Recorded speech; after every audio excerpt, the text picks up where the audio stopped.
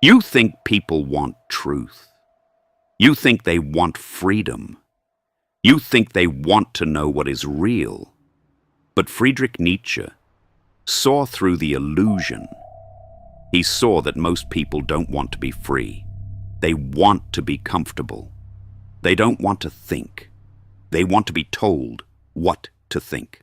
Because thinking hurts. Freedom is terrifying. And truth demands responsibility. Most people aren't strong enough for any of it.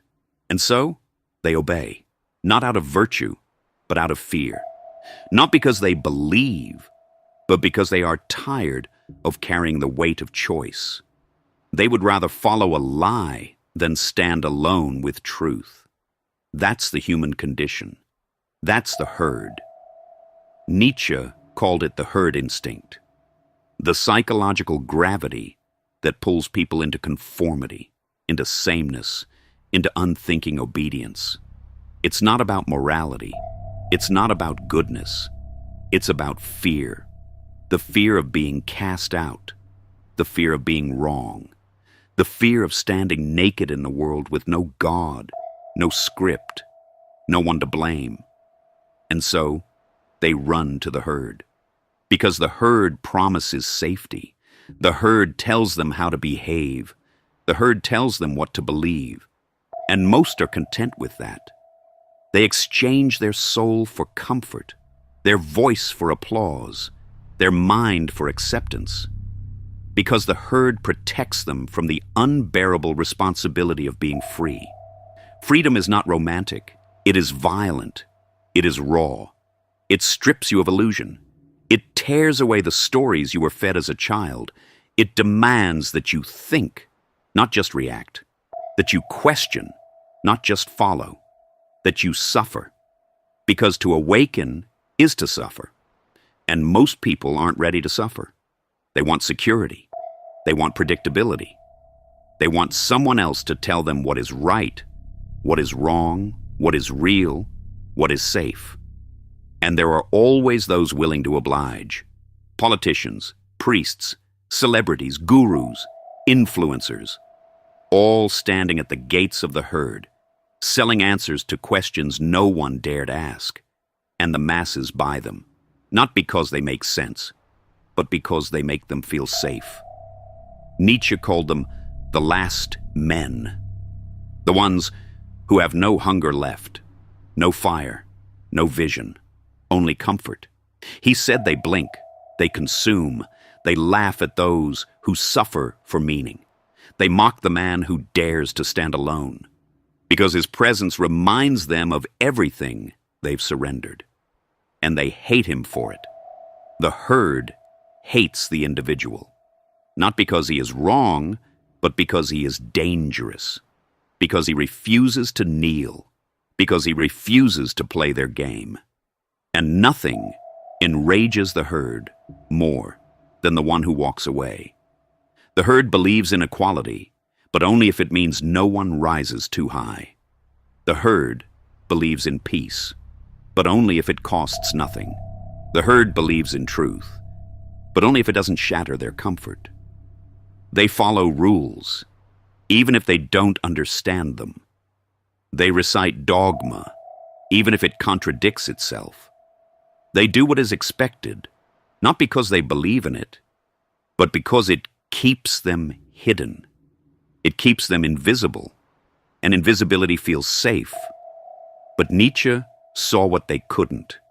He saw that the price of safety is the death of the soul.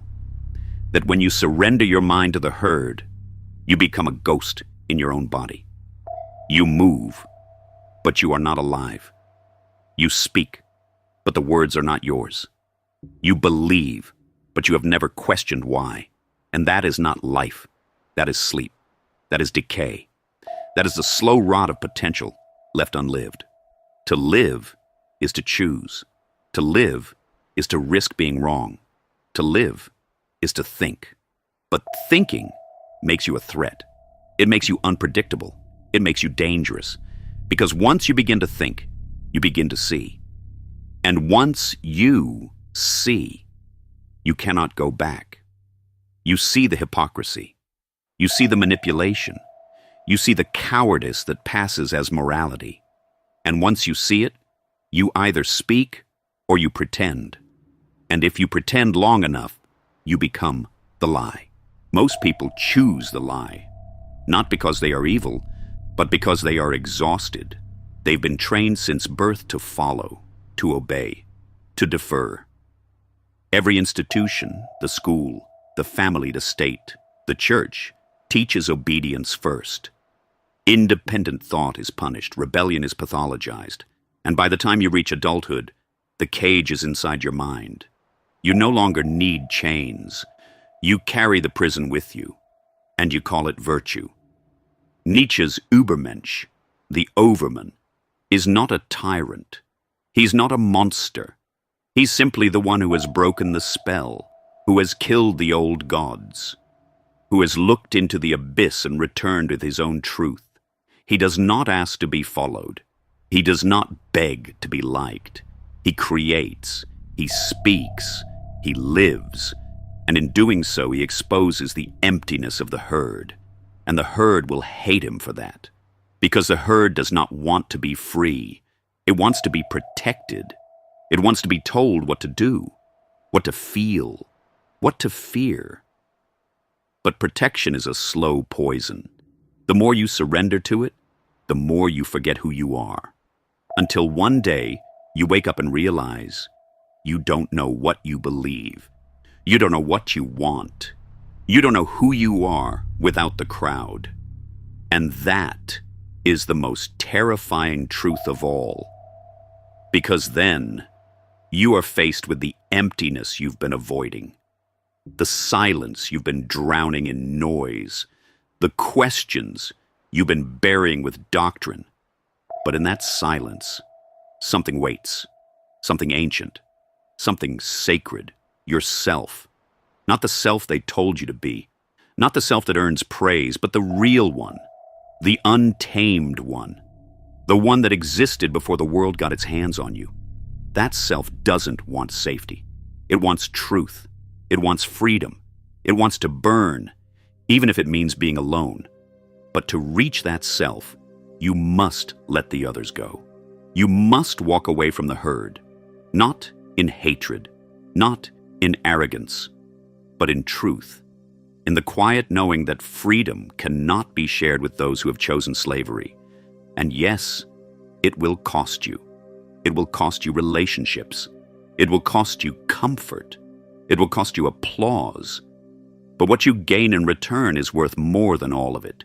You gain yourself, your mind, your soul, your life, and no one can give you that. You must take it. You must earn it.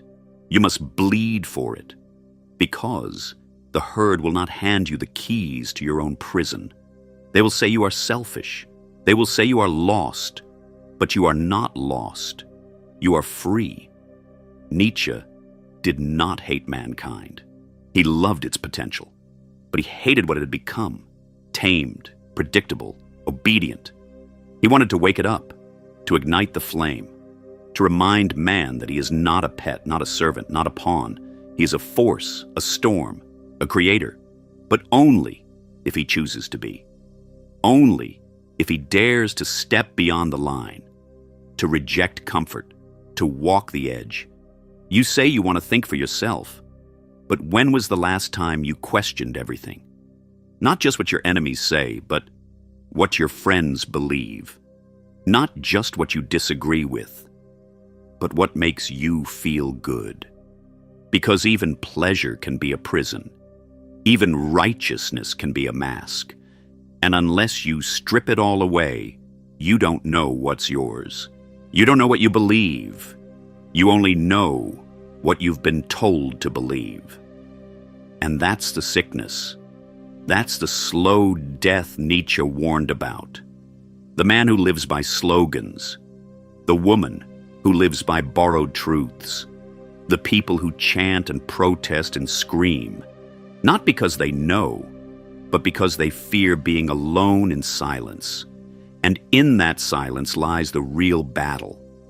Because once you enter it, once you face it, You are forced to answer the only question that matters. What is true? Not what is popular, not what is safe. What is true? And the answer will shake you. It will break you. Because truth is not comfortable. It is not soft. It does not care for your feelings. It does not beg to be believed. It is raw. It is cold. It is beautiful, and it is yours if you are willing to suffer for it. That is what Nietzsche meant. That is what he gave his life to. Not to give you answers, but to force you to ask better questions. So ask them. Who taught you what to think? Who taught you what to feel? Who taught you what to worship, what to fear, what to love? And do you still believe them? Do you believe anything? Or are you just echoing the herd, hoping someone will clap? This is your chance to step away, to think, to become. Not like them. Not like anyone. But like you. Because in the end, the herd will die as it lived, safely, obediently, anonymously.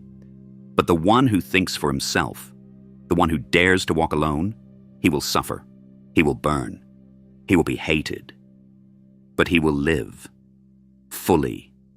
Truthfully. Eternally. And that is the only life worth living.